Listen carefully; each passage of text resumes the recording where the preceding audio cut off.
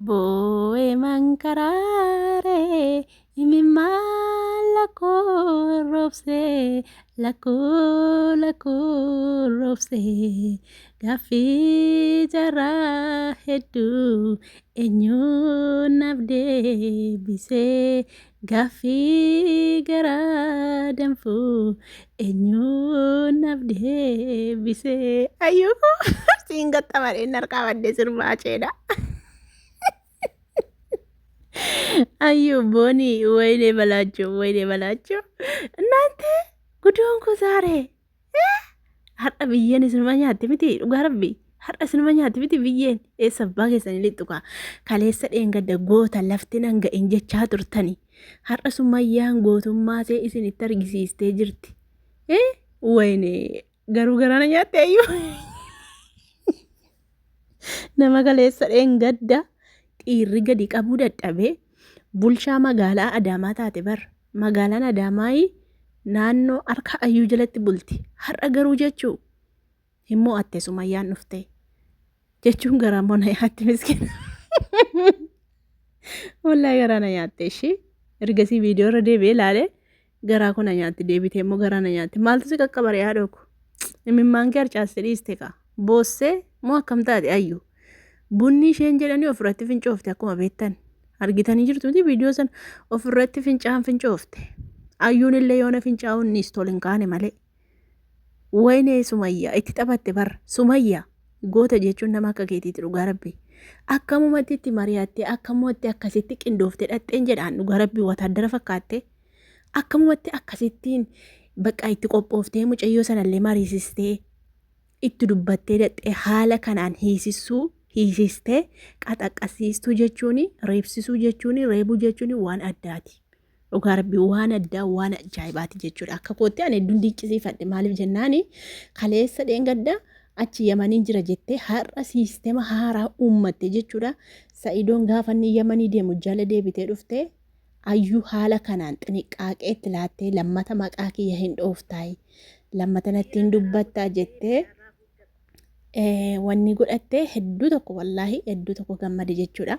Sumarra maasha Allah tabarakallah wallaahi rabbi sirraa jaallatu baga daxxee asfaraarraate baga irreebin inni tirreebni hedduu na gammachiise maaliif jennaani sanuu ayyuutu itti deddeebisee jennaanitu kabalte malee hirreebne jechuudha. Dhugaa dubbachuu fi hirreebne ayyuutu tirfiitti dubbatee jennaanitu rukutte jechuudha sanuu malee rukuttu turte jechuudha. Galatoomi sumayyaa keenya dhugaa rabbii maaliif jennaan amma makanayyuu nama kabajaa qabuudha nama ulfina qabuudha kanaafiyyuudha kaniti axxee akkasitti seera qabeessaanii daxxee gaafattee lammata maqaa koon dhayinaa jettee xiniqqaaqeetti laate utuu tokko tokkooti hiniisisti beettanii utuu tokko tokkooti hiniisisti jechuudha. Sumayyaa jechuun kingi of kingi dhugaa rabbii sumayyaa goota dhugaa rabbiyaati. Leenca jechuun nama akka keetiitti nama sammuu sirriitti qabu jechuudha. Namni sammuu sirriitti qabu haala kanaanitu karaa irratti nama qajeelcha haala kanaanitu nama gorsee nama deebisaa jechuudha. Kana xiniqqaaqeetti laatte lammata akka isaan maqaa isaanii hin dubbanne lammata akka isaanii jala deemanii waa hin dubbanne xiniqqaaqeetti laattee jechuun kanadha. Hojii namni sammuu qabu akkasittiin xiniqqaaqee namatti kennaa jechuudha. Nama hidhee malee mootummaadhaaf dabarsitee seeraaf utuu dabarsitee kennite hin laatti turte garuu jechuudha isheen mootummaaf dabarsitee laanne hin qabsiisne hamtuu irratti yaanne ofiisheetii dhiisiste eenyummaa ishee gootummaa ishee maal akka taate maal akka fakkaattu sumayyaan maal akka fakkaattu sumayyaan amala akkamii akka qabdu reaakshinii ishee guutummaan guutuutti itti argisiiste jechuudha. Dhugaa dubbachuu fi ayyuu miti an mataan koo yerootti sumayyaan akkasitti dhaqanii balbanatti bananii wallaahi narrifadhe anummaan mataan kiyya narrifadhe akkan ta'uun dhabe jechuudha. Hundaafuu jechuudha. Haala kanaan sanuu isaantu baqama isheen seeraan gaafachuuf turte kan isheen dullaa fudhattee dhatti asfaraarruuf malee rukutuuf miti nama seera beekuudha sumayyaani nama amala qabuudha nama qalbii qabuudha nama waa hunda beekuudha jechuudha sumayyaa jechuuni. Kanaaf jennaani an akka kootti hedduu nirraa jaalladhe jira hedduu tokko gammadillee maaliif utuu tokko tokkooti hin qaxaqqaxee reeba isheen hin qaxaqqanne hin kabaltee hin hiisistee sanuu mana ishee keessatti sanuu mana isaanii daxxeetti barsanuu. Tokko tokkooti caakkaa keessatti geessanii wanni hin jiraa miti caakkaa keessatti geessisiistee dhiisisiistee dhiira reebsisiistii jechuudha. Isheen garuu dubartii akka isheetii qabsiistee jechuudha. Sanuu mastaawoqiyaa yookaan immoo beeksisan hojjisiisa jetteetu dubartii akka isheetii qabsiisiistee hiisiistee jechuudha. Kun jechuun iyyuu nama sammuu qabudha. Otuu nama hamaa namatti yaadu wayii tokko ta'eeti otoo hamaatti yaaddi ta'eeti wallahi dhiira qabsiisti. Dhiira qabsiistee baraatti geessite yoo timsiifte eenyu gaafata Sumayyaa. Sumayyaa eenyu gaafata ofii isheetiitti mul'achuu baattee jechuudha. Ofuma isheetiitti mul'achuu baatteeyyuu ammatu dhiira qabsiistee baraatti geessanii tumanii akka barbaadetti taphatanii hin danda'u jechuudha. Garuu isheen gara laafummaa ishee beekumsa ishee sammuu qabuunsa isheetu mana ishee geesseetu as faraarraatee jechuudha. Hiitee. Kana akka qotana hedduu tokko natti toltee jirti maaliif baga xiqqaaqeetti laatte ayyuuni nama dhaga'u miti.